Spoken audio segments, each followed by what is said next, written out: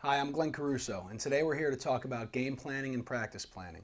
I think quite often as coaches, we're taught how to coach, we're taught what to do scheme-wise, we're taught what to do drill-wise on the field. We go out, we go to clinics, we buy tapes, we talk about what offense we're going to run, what defense we're going to run, but quite often we don't spend enough time on logistically how to do it. How are we going to go ahead and put together a plan of attack game week for the game? How are we going to practice plan during the week so that we're the most efficient and that reflects what we're going to do on game day? I think those things are extremely important. In game planning, it took me a while. I never necessarily had someone who sat me down and said, this is what you do, boom, boom, boom, boom, boom. So in the last couple of years, we've tried to devise a system as to game planning and how we do it, and I hope it certainly works for you. When we start talking about offensive game planning, there's a couple points we're going to hit on, and we'll go through each one in separate chapters on this tape. First thing we always want to look at is self-scout. What are we doing? What are our tendencies? Second thing we want to look at are defensive tendencies. What are some things that they're doing that they might not even know that they're doing by formation and that kind of stuff. Then we'll talk about our film watch, how we go through specifically into our film watch, and then we'll talk about the 6 S's of game planning. To start, I want to talk about self-scout. When we talk about self-scout, it used to be that you needed a system. Maybe that's linked. A lot of guys now have the digital audio video editing system, and you're able to link that to some sort of game plan system. Even if you don't have anything like that, it's as simple as getting Microsoft Excel and working that out and sorting by building spreadsheets, sorting by different formations and different fields.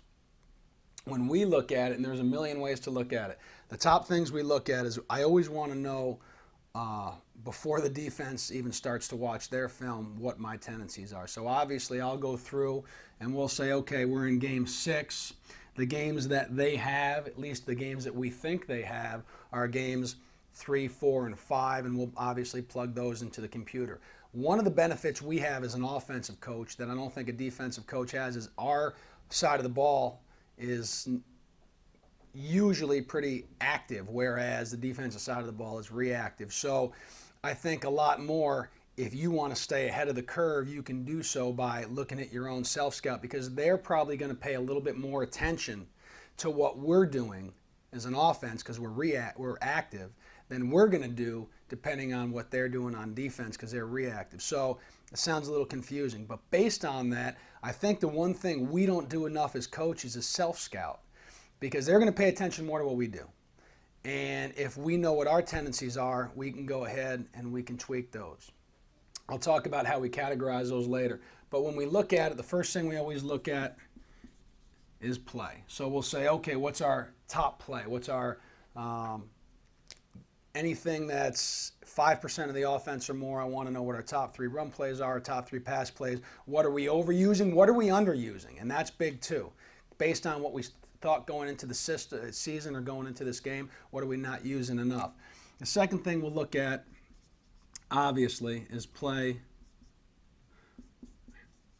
by formation. So we'll go ahead and take a look at play by formation, and we'll say, okay, based out of these formations, these are the plays we're running. And this is the obvious one that most defenses will look to in normal downs, first downs and second downs, ones that aren't predicated off getting the balls to the sticks. Normal downs where offenses are going to try and cover up formations with leverage.